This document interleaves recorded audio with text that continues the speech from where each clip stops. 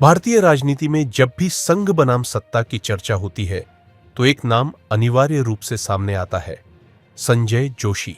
एक ऐसा नाम जो संगठन की रगों में बसता है लेकिन सत्ता के गलियारों में एक साजिश की तरह देखा जाता है।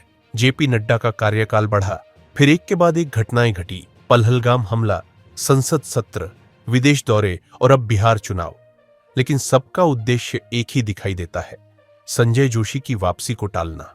संघ और बीजेपी के बीच अब यह सिर्फ मतभेद नहीं रहा, यह अब टकराव बन चुका है और इस टकराव का नाम है महाभारत। संजय जोशी, कर्मठ कार्यकर्ता या सत्ता का शत्रु। संजय जोशी का राजनीतिक जीवन संघ की प्रयोगशाला से शुरू हुआ। 1990 के दशक में वह बीजेपी संगठन का चेहरा बन चुके थे, एक ऐसा नेता जो कैमरे से दूर लेकिन कार्यकर्ताओं के दिलों में था। मोदी के गुजरात शासनकाल में जोशी को बाहर कर दिया गया। कारण थे निजी मतभेद, रणनीतिक प्रतिद्वंद्विता और एक वायरल सीडी कांड जिसे लेकर जोशी को साजिश का शिकार माना गया।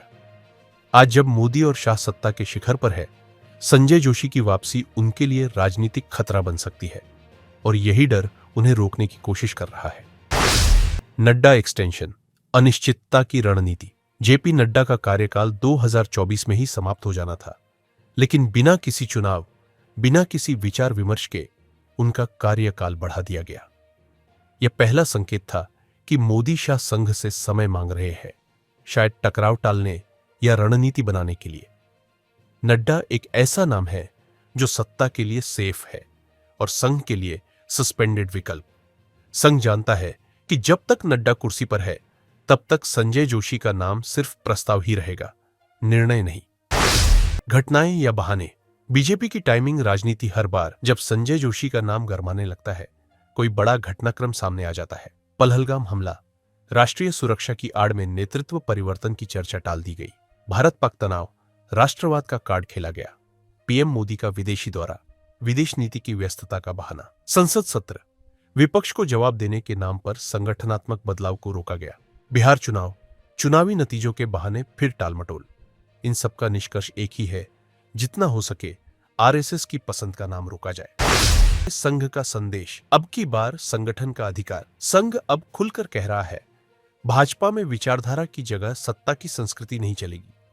संजय जोशी जैसे कार्यकर्ताओं की वापसी जरूरी है ताकि पार्टी का असली चरित्र बरकरार रह सके। संघ का मानना है कि मोदी शाह की जोड़ी ने पार्टी को हाईकमान संस्कृति में बदल दिया है, जहां फैसले सिर्फ दो लोग लेते हैं। संघ का यह भी कहना है कि जोशी जैसे नेता पार्टी को जमीनी कार्यकर्ताओं से जोड़ सकते हैं। मोदी शाह की खामोशी, संकेतों की सियासत। जब कोई बड़ा नेता चुप हो तो समझ लीजिए कि अंदर कुछ बड़ा पक रहा है। संजय जोशी का नाम आते ही मोदी और शाह कोई प्रतिक्रिया नहीं देते, न समर्थन न विरोध।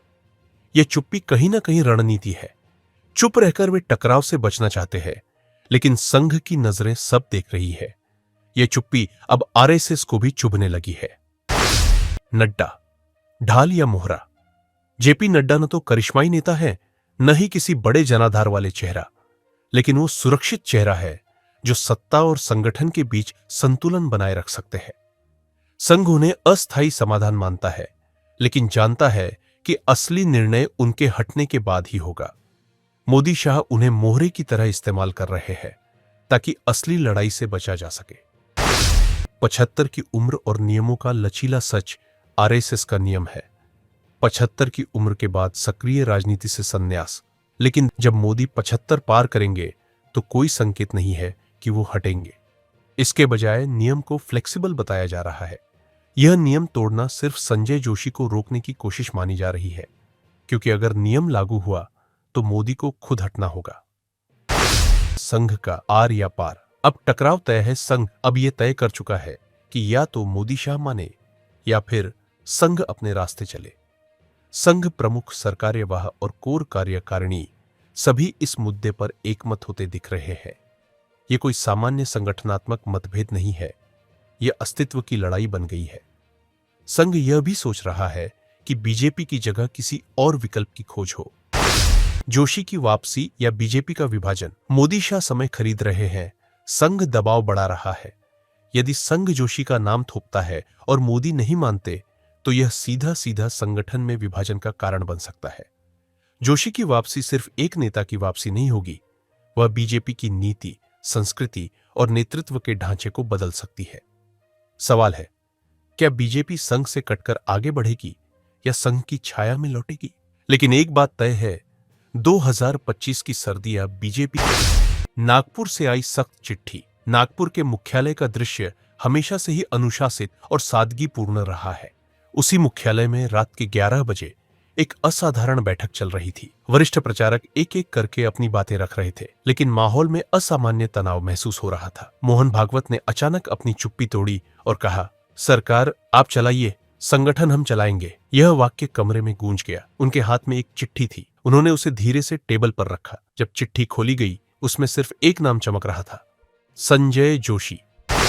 पुराने जख्म। नई जंग गुजरात की राजनीति में जब नरेंद्र मोदी का सितारा उभर रहा था, उसी समय संजय जोशी संघ के सबसे भरोसेमंद सिपाही माने जाते थे। उनकी छवि एक ईमानदार, जमीनी कार्यकर्ता की थी। लेकिन जैसे जैसे मोदी का कद बढ़ा, जोशी और मोदी के बीच दूरियां बढ़ती गई। कहा जाता है कि 2005 से 2012 के बीच कई बार संघ ने दोनों के बीच सुलह की कोशिश की, लेकिन हर बार यह प्रयास असफल रहा। 2012 का गोवा सम्मेलन वह मोड़ साबित हुआ जहां संजय जोशी के पोस्टर हटाए गए और उन्हें मंच से दूर रखा गया। यह घटना जोशी के करियर के लिए धक्का थी, लेकिन संघ ने इस घटना को कभी नहीं भुलाया। दिल्ली के गलियारों में खामोशी। दिल्ली की सर्द रातों में जब प्रधानमंत्री आवास पर बैठक होती है, वहां सन्नाटा भी बहुत कुछ कहता है। अमित शाह ने फाइलें पलटते हुए मोदी की ओर देखा और कहा, भागवत जी का संदेश साफ है, लेकिन संजय जोशी का नाम मानने का मतलब है।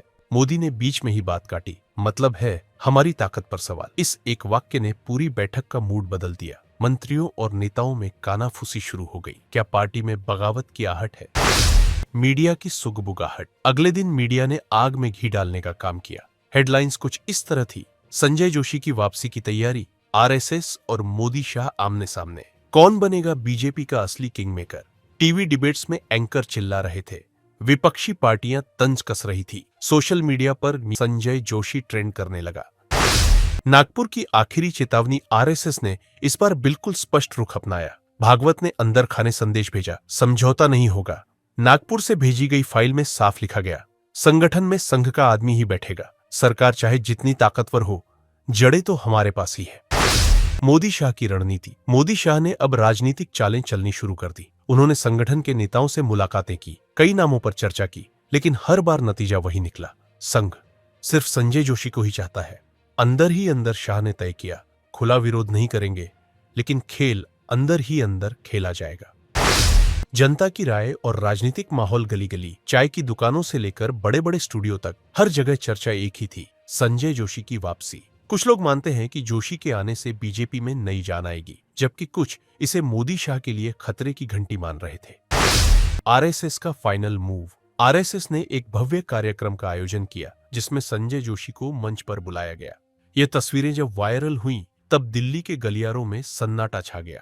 भागवत ने अपने भाषण में कहा, संघ का आदमी संगठन में लौटेगा, चाहे किसी को अच्छा लगे या बुरा। दिल्ली हिल गई। मोदी शाह ने कई मीटिंग्स की, लेकिन इस बार नागपुर का इरादा अडिग था। पार्टी के अंदरूनी सर्वे में भी कार्यकर्ताओं का झुकाव जोशी की ओर दिखा। मीडिया ने इसे मोदी शाह के लिए अब तक की सबसे बड़ी चुनौती बताया। राजनीति में कहा जाता है, किसी को इतना भी मत डराओ कि वो डर से बाहर निकल आए। नागपुर ने वही कर दिखाया। मोदी शाह के लिए संजय जोशी अब सिर्फ एक नाम नहीं, बल्कि एक चुनौती बन चुके हैं। क्या जोशी की वापसी बीजेपी की सियासत बदल देगी, या मोदी शाह कोई नया खेल दिखाएंगे? आने वाला समय बताएगा, लेकिन फिलहाल नागपुर की सीटी ने दिल्ली के गलियारों में हलचल मचा दी है। और आप हमसे जुड़े रहने के लिए सब्सक्राइब करें YouTube पर, फॉलो करें Twitter पर और लाइक करें Facebook पर। और ज्यादा जानकारी के लिए आपको टाइप करना होगा सिर्फ न्यूज़ नशा।